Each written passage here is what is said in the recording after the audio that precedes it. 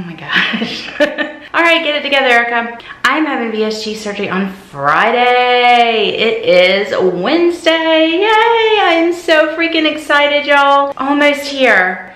So I wanted to share with y'all what I'm doing these last few days, what my doctor's orders are, going over a few pre-op things and things for the hospital. All right, let's talk about this 2 weeks, because it was not a walk in the park. It has been tough. So much harder than I thought it was gonna be. All right, let's chat a little bit about this 2-week pre-op diet. I am almost finished with it, so I thought that I would share that it sucks. It sucks.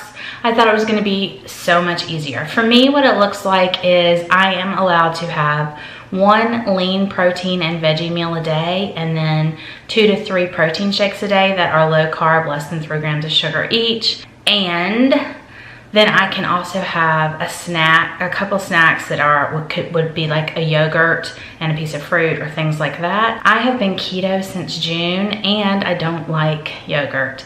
So I didn't do that part. I just did the protein shakes, and I did add in some kombucha for probiotics because that's what the yogurt part was about. So that gut bacteria is going to be affected with our surgery, y'all. If you don't know this, one of the first things they hook you up to when you get to the hospital is an IV fluid with just regular, usually normal saline or lactator's ringer, but also they hook up an antibiotic. They want to make sure that you're not getting any kind of bug in the OR. So that's pretty much always. And IV antibiotics are great for killing bugs, but they don't just kill the bad bacteria, they kill the good bacteria, y'all. Your gut probiotic health is really important pre and post-op, especially post-op, y'all. As a nurse, I totally recommend that everybody goes to a health food store locally and get help picking out a extremely strong probiotic. There usually are a 5 to 30 day regimen of really extra strong quality probiotic. This is going to be one that is only allowed to be refrigerated. It's not something you can order through the mail, and you take it daily. The mega dose ones are usually 5 days, and then after the initial one, or some of them are 30 days. After that, then you just go to a regular probiotic, which is great for all of us, really, truthfully. But post any kind of antibiotic, especially IV antibiotics, I so recommend probiotics, y'all. Big time, like big time, for everybody. All right, moving on. Why was this so hard for me? Like, I've been doing keto since June, and I'm just like not hungry, hardly ever. The high fat of keto, just, there's this enzyme called cholecystokinin, and when you eat fat, it is released and it makes you satiated, makes you full. So when you eat a high fat diet, you just aren't hungry very often. And it's been since June that I just haven't been hungry. So I thought, this is no big deal. But as soon as I took all that fat away and started doing low calorie, low carb, and no fat, or very low fat, I was hungry. And I have not had to battle my binging cravings since I've done keto for sugary things or bread or carby things. Like, I just haven't felt it. And they came back with a vengeance,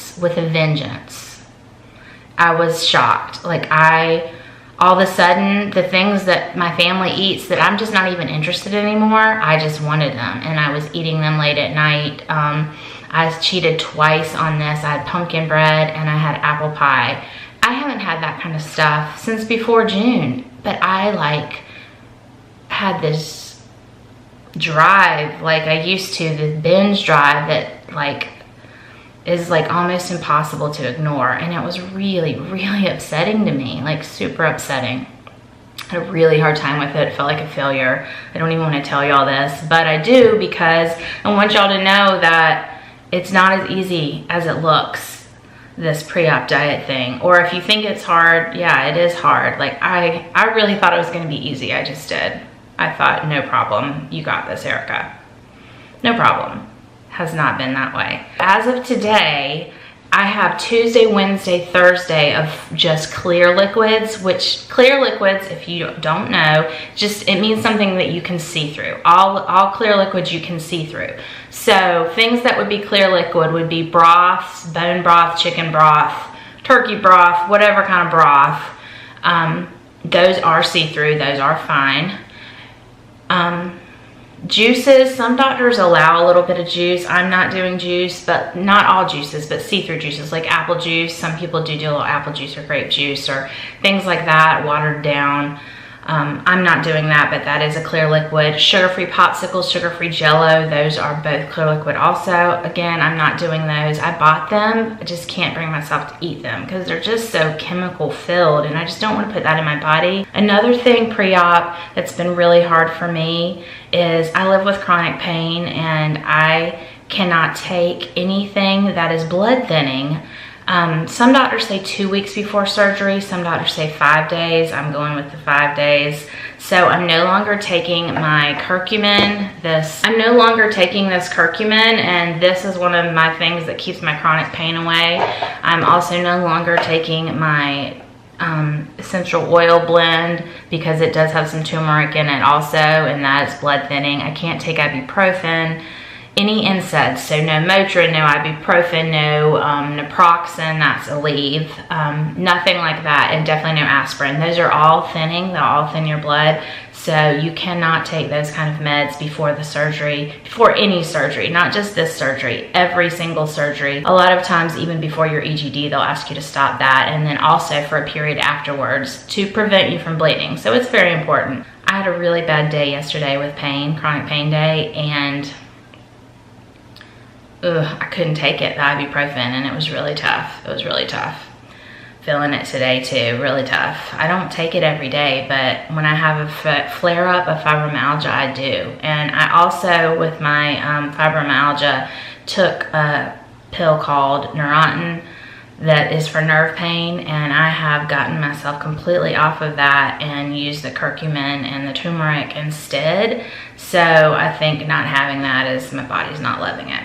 Anyways, so that's another thing that's made this hard for me, and I'm just so ready for Friday. So ready, y'all. Knowing that I have all of y'all on my YouTube VSG community, and I can go back and watch some of y'all's videos of your pre-op and what you packed and what the hospital was like and what it was like after, that has been so helpful for me, so helpful. And I just want to say thank you. Thank you to all of you YouTubers that put it out there and